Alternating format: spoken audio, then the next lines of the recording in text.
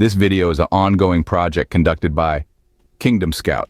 Greetings, fellow scouts of the kingdom. Today we delve into the enigma of consciousness, into the heart of the simulation. Our guidepost is the simulation theory, a fascinating concept proposed by philosopher Nick Bostrom. Envision a future where human descendants run ancestor simulations, a world so advanced that we can't distinguish it from reality. Intriguing, isn't it? But here's the catch. To prove we're in a simulation, we must step out of it, like Truman Burbank daringly did in the famed Truman Show.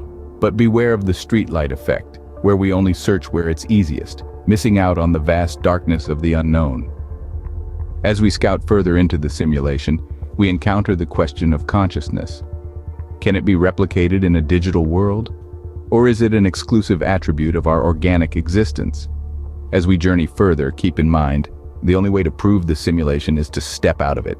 To do this, we must understand if consciousness can be simulated. Now we venture into the realm of consciousness. Can it be replicated, coded, and simulated?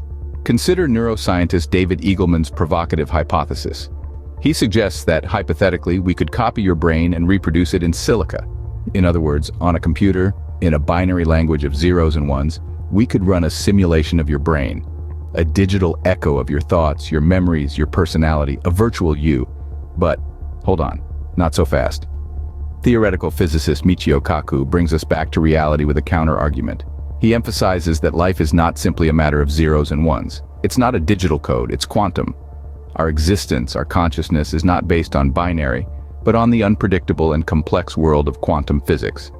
Kaku references the butterfly effect to further illustrate his point. The butterfly effect is a term from chaos theory, suggesting that small changes can have large consequences. Imagine a butterfly flapping its wings in Brazil, causing a tornado in Texas. Now apply this concept to our brains, with trillions and trillions of atoms interacting in complex and unpredictable ways. The butterfly effect implies that even tiny, minute changes in the initial conditions of a system can drastically change the outcome. Therefore, to simulate consciousness, we would need to capture and replicate each and every atomic interaction in the brain, an astronomically daunting task. So the question remains, can consciousness be simulated? While it's not entirely impossible, it's highly unlikely. The complexity of our brains, the quantum nature of life, and the butterfly effect all pose significant challenges to the notion of simulated consciousness. Until we understand the true nature of consciousness, until we unravel its mysteries, we can only speculate. But for now, the consciousness conundrum continues to perplex and fascinate us. As we journey further into the realm of simulated reality, we must keep questioning, keep exploring, and most importantly, keep an open mind. So, the question remains, how can we know if consciousness be simulated if we don't really know what consciousness means?